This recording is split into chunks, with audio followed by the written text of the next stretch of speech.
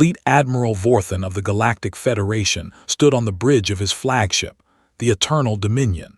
His 4 eyes scanned the tactical display before him. 200 warships filled the screen, each one representing centuries of technological advancement. The Kelthari people had conquered 1,000 worlds with such fleets. They had never lost a major engagement in their entire history. Today would be no different, or so he believed. The target was a small blue world called Earth. The humans who lived there had only achieved space travel a mere century ago. They were primitive by Federation standards. Their ships were slow. Their weapons were outdated. Their shields could barely stop a plasma bolt, yet somehow they had refused to surrender. Vorthan found this amusing at first. The Federation had offered them a simple choice: join willingly and keep their planet intact, refuse and face destruction. Most species chose surrender. The smart ones always did. But not the humans. They had sent back a single message. It contained only 2 words: come try. So here he was with enough firepower to crack their world in half. The human defense fleet numbered only 30 ships, 30 against 200. It was not even close to a fair fight. Vorthan almost felt sorry for them. Almost. Admiral, his tactical officer said, the human fleet is holding position near their 4th planet. They have not moved to intercept us. They know they cannot win in open space, Vorthan replied. They are buying time for their civilians to evacuate, a noble but pointless gesture. He watched the display as his fleet moved closer.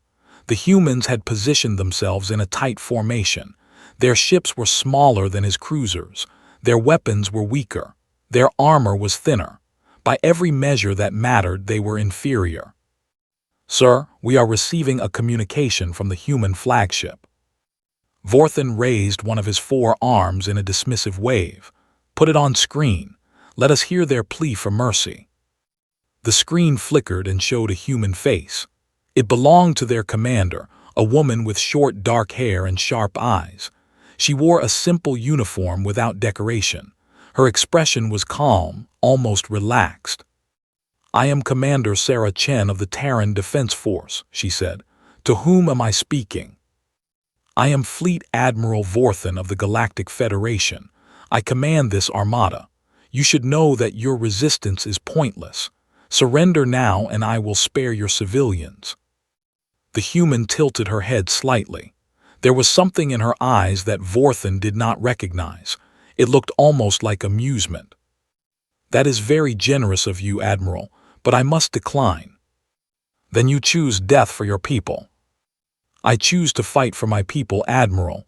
There is a difference. Vorthan felt his patience wearing thin. These creatures were wasting his time.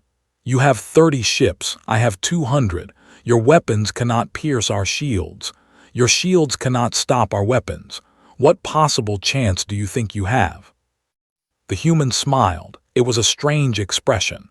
Vorthan had seen many species smile, usually in surrender or defeat. This smile was different. It carried no fear. Admiral, I would like to tell you a story. Do you have a moment? Vorthan blinked all 4 of his eyes in confusion. A story? You wish to tell me a story as my fleet prepares to destroy you. It is a short one, I promise. Despite himself, Vorthan felt curious. In all his years of conquest, no enemy had ever asked to tell him a story. He waved his hand. Speak quickly. Long ago on my world there was a great empire. They had the largest army ever assembled. They marched across continents conquering everyone in their path. Then they came to a small city called Thermopylae. 300 warriors stood against them.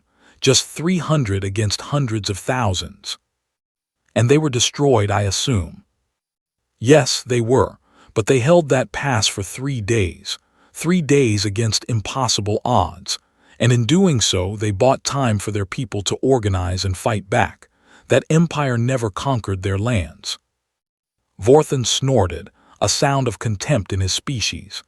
Is this meant to inspire me to spare you? 300 warriors died for nothing. They did not die for nothing, Admiral. They died to show that numbers are not everything, that courage and creativity can overcome superior force. That story has echoed through human history for over 2,000 years. Pretty words from a doomed commander, but this is not ancient history. This is modern warfare. You have no terrain to hold, no pass to defend, just empty space and inferior ships. Commander Chen's smile grew wider. You are right about one thing, Admiral.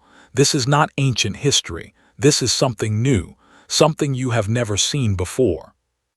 She leaned forward slightly. Have you ever wondered why we refused to surrender? Why we did not just accept your offer and join your federation?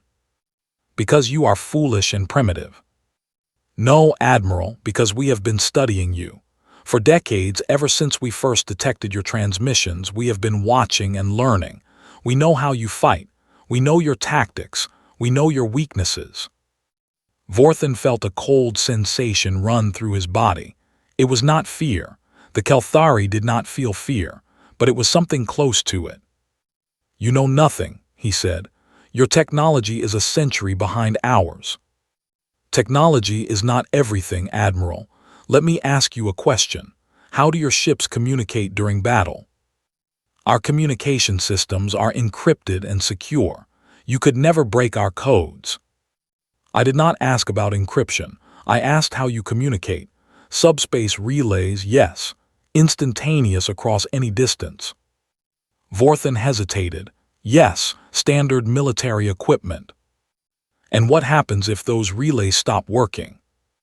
Before Vorthan could respond, alarms began blaring across his bridge. Officers shouted in confusion. The tactical display flickered and went dark. Admiral, we have lost contact with the fleet. All subspace communications are down. Vorthan stared at the blank screen. Impossible. Our systems are hardened against interference.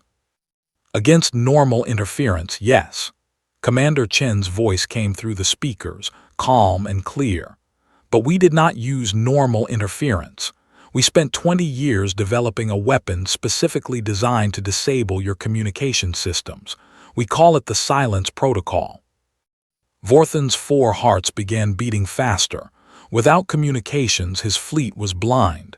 Each ship was isolated. They could not coordinate. They could not share tactical data. They could not even warn each other of danger. Your ships still have internal communications, Chen continued. But ship-to-ship contact is gone, and now, Admiral, the real battle begins. On the screen, the 30 human ships began to move, but they did not move together. They split apart, scattering in different directions like seeds blown by the wind. Each ship headed toward a different part of the Federation fleet.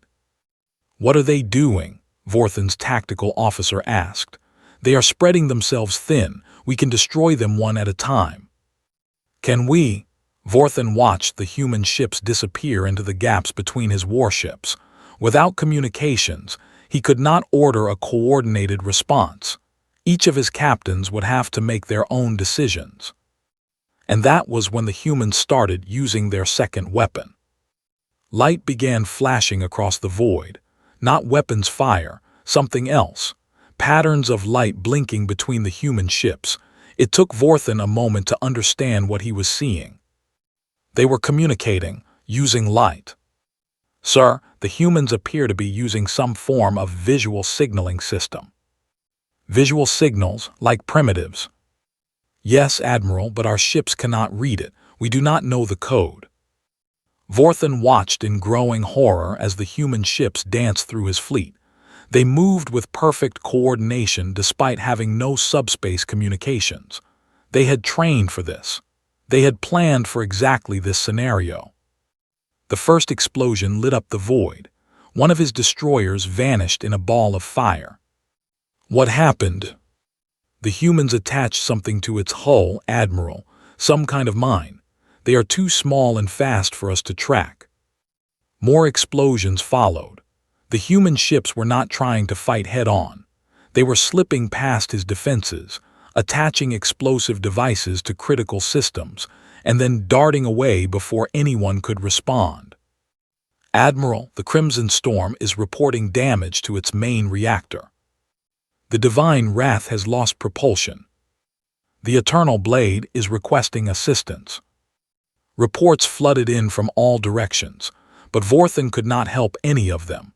Without fleet communications, he could not coordinate a response.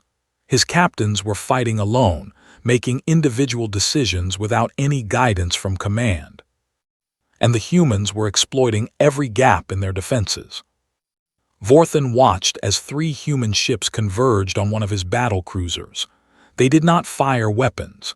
Instead, they flew directly at it, performing maneuvers that should have been impossible.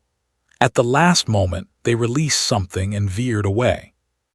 The battle cruiser exploded from the inside out. "They are using boarding torpedoes," his tactical officer said, his voice shaking. "Small pods that breach our hulls and release something. We do not know what." "Find out," Vorthen roared. But finding out was not easy. His ships were being attacked from all angles by an enemy they could barely track. The human vessels were small and fast. They used the debris from destroyed ships as cover. They attacked without warning and retreated before anyone could respond. It was chaos, pure and complete chaos. And chaos, Vorthen realized with growing despair, was exactly what the humans wanted. Commander Chen's voice came through again. "Admiral, I notice you are having some trouble. Would you like to discuss terms of surrender?" "I will never surrender to primitives." That word keeps coming up. Primitive. You think of us as primitive because our technology is inferior. But let me tell you something about primitive species, Admiral. We survive. We adapt. We find ways to win against impossible odds. That is what primitive species do. Another explosion rocked through the void. 2 more Federation ships went dark. "Your fleet is advanced," Chen continued. "Your weapons are powerful, your shields are strong, but you have become dependent on that technology. You have forgotten how to fight without it. You have forgotten how to improvise, how to think on your feet, how to turn weakness into strength." Vorthen wanted to argue. He wanted to dismiss her words as empty boasting, but he could not, because she was right. The Kelthari had conquered the galaxy through technological superiority. They had never needed to develop creative tactics. They had never needed to adapt. They simply overwhelmed their enemies with superior firepower. And now, faced with an enemy that had neutralized their advantages, they did not know what to do. "Admiral," his tactical officer pointed at the display. "Look at this pattern." Vorthen looked. The human ships had stopped their random attacks. They were forming a new pattern. It looked like a ring, slowly closing around the center of his fleet. "What are they doing?" No one could answer. The human ships completed their circle. They were moving in perfect synchronization, still using their primitive light signals to coordinate. Then every human ship fired at once, not at the Federation vessels, at the space between them. A web of plasma fire crisscrossed through the formation, creating a deadly maze of energy. "Evasive maneuvers," Vorthen screamed. But his order only reached his own ship. Every other captain had to make their own choice, and without coordination, their evasive maneuvers became disasters. Ships collided with each other. Others flew directly into the plasma web. Still others tried to flee and crashed into the vessels behind them. The formation that had seemed so imposing just an hour ago dissolved into a confused mass of spinning, damaged ships. And still the humans pressed their advantage. Commander Chen appeared on his screen once more. "Admiral, I want to show you something. Look at your fleet. Really look at it." Vorthen looked. What he saw made his foreheart stop beating for a moment. His fleet was in ruins. More than half his ships were damaged or destroyed. The survivors were scattered across a wide area, unable to communicate or coordinate. The human ships moved among them like predators among wounded prey. And he had not even damaged a single human vessel. "How," he whispered, "how is this possible?" "Because you underestimated us, Admiral. You looked at our ships and saw weakness. You looked at our technology and saw inferiority, but you never looked at our people. You never looked at our history." She paused, and when she spoke again, her voice was softer. "We have been fighting each other for thousands of years, Admiral. We have learned every trick in the book. We have invented tricks that no one else has ever imagined. We fight dirty. We fight smart. We fight with everything we have. And most importantly, we never give up, even when the odds are impossible, even when victory seems beyond reach. We find a way." Vorthan slumped in his command chair. Around him, his officers stood in stunned silence. They had entered this battle expecting an easy victory. They had found something else entirely. They had found an enemy who fought like no other, an enemy who had turned every advantage against them, an enemy who had studied them, learned their weaknesses, and built weapons specifically designed to exploit those weaknesses. They had found humans. "Admiral," Commander Chen said, "I am offering you one last chance. Order your surviving ships to stand down, withdraw from our space, and tell your Federation to never come back. And if I refuse, then we will destroy what remains of your fleet, we will board your flagship, and we will take you prisoner." Her eyes met his through the screen. "I would prefer not to do that. I have no desire for more death, but I will if I must." Vorthan thought about fighting. He thought about ordering his remaining ships to attack with everything they had. He thought about dying with honor, as a Kelthari warrior should. But then he looked at the display again. His fleet was broken. His communications were dead. His ships were scattered and damaged, and the human vessels circled them like sharks, waiting for the next attack. There was no honor in pointless death. There was no glory in getting his remaining crews killed for nothing, and there was no victory possible here. For the first time in his long career, Fleet Admiral Vorthan of the Galactic Federation reached for the controls on his command console. His fingers trembled slightly as he activated the emergency beacon, the signal that indicated surrender. "I accept your terms," he said quietly. "I will order my fleet to withdraw." "A wise choice, Admiral. I am glad we could reach an understanding." Vorthan looked at the human commander's face on his screen. She did not look triumphant. She did not look proud. She just looked tired. "Commander Chen," he said, "I have one question. Why did you tell me that story about the 300 warriors? You did not need to explain anything." She smiled, that same strange smile from before. "Because I wanted you to understand, Admiral. I wanted you to know that this was not a miracle. It was not luck. It was simply what humans do when our backs are against the wall. We fight, we adapt, we survive, and sometimes we win against impossible odds." Vorthan nodded slowly. "I believe I understand, and I believe that your Federation should think very carefully before challenging Earth again." "That would be wise," Chen agreed. "Now, please begin your withdrawal. I will have my ships provide escort to ensure your safe departure." As the communication ended, Vorthan stared at the display showing his shattered fleet.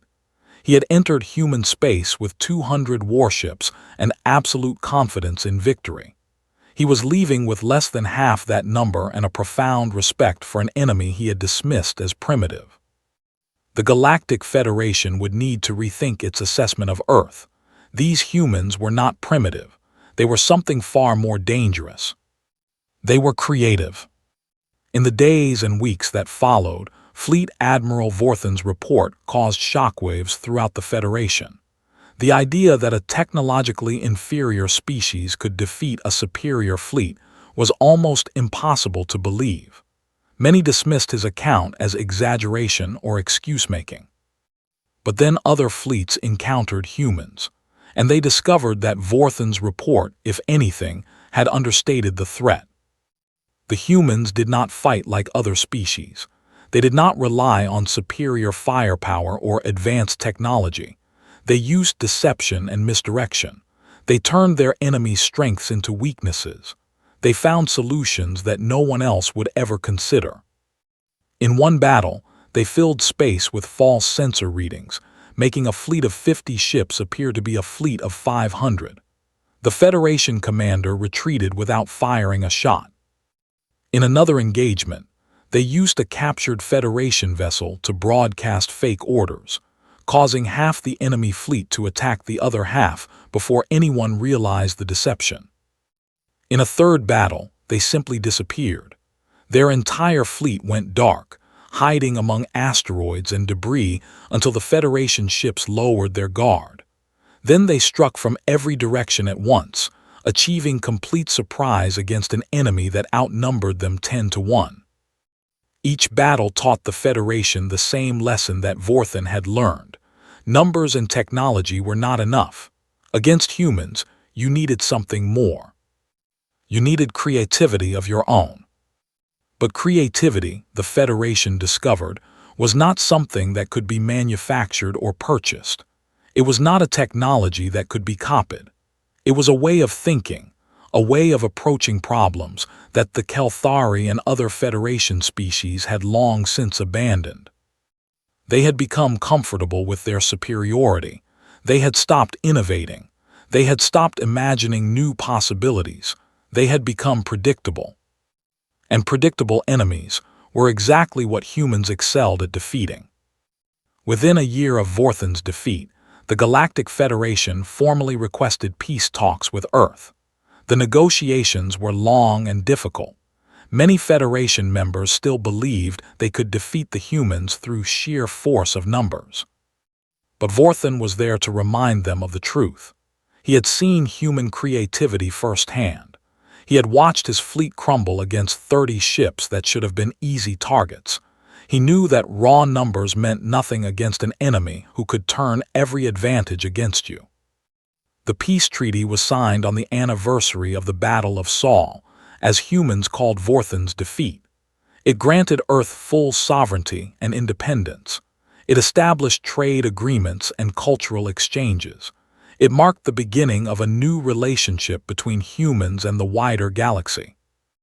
And in the treaty's preamble, there was a single sentence that Vorthan himself had suggested. We, the Galactic Federation, recognize and respect the unique capabilities of humanity, including their exceptional talent for creative problem-solving in the face of overwhelming odds. It was, Vorthan thought, the most accurate description of humans that had ever been written. Commander Sarah Chen retired from the Terran Defense Force 3 years after the battle. She had become famous throughout human space as the commander who had defeated the Federation Armada. But fame did not interest her. She had done her duty. That was enough. She spent her retirement writing a book about the battle. Not a military history, but a philosophical examination of why humans fought the way they did. She explored the history of human warfare, from ancient battles to modern conflicts. She traced the development of tactics and strategies that had been refined over millennia of fighting. And she drew a simple conclusion. Humans were creative because they had to be. Throughout their history, they had faced threats that seemed impossible to overcome. They had survived ice ages and plagues. They had endured famines and wars. They had faced extinction countless times. Each time they had found a way to survive, not through strength or technology, but through imagination, through the willingness to try new things, through the refusal to accept defeat. That was the lesson she wanted to share with the galaxy. Humans were not dangerous because of their weapons or their ships. They were dangerous because they never stopped thinking. They never stopped adapting. They never accepted that any situation was truly hopeless. Fleet Admiral Vorthan, now retired from Federation service, received a copy of Chen's book. He read it in a single sitting. When he finished, he sat in silence for a long time. Then he sent Chen a message. It was short and simple. I understand now. Thank you for teaching me. Chen's reply was equally brief. Thank you for learning. That took courage too. Vorthan kept that message for the rest of his life. It reminded him of an important truth. The humans had defeated him not through hatred or cruelty, but through intelligence and creativity. They had respected him as an enemy and treated him with honor in defeat. Perhaps, he thought, that was the most dangerous thing about them. They were not just creative warriors. They were also capable of mercy and wisdom. They could fight with terrible ferocity one moment and offer friendship the next. The galaxy would have to learn to live with such a species, and perhaps, in time, it would learn something valuable from them. For the humans had reminded everyone of a truth that had been forgotten, that the universe was full of challenges that could not be overcome through force alone, that creativity and adaptation were more valuable than any weapon, that the species who survived were not always the strongest, but the ones who could change and grow and find new solutions to old problems. The humans called this lesson by many names: ingenuity, innovation, tactical creativity. But perhaps the simplest name was the best: hope. Because that was what the humans had really shown the galaxy. That hope was not foolish or naive. That believing in victory, even against impossible odds, could make victory possible. That the will to fight and the imagination to find new ways of fighting were more powerful than any technology. Fleet Admiral Vorthan had surrendered when faced with human tactical creativity. But in a way, that surrender had been a victory too. It had opened his eyes to possibilities he had never considered. It had taught him lessons he had never expected to learn. And it had introduced the galaxy to a species that would change everything. The humans had arrived, and nothing would ever be quite the same again.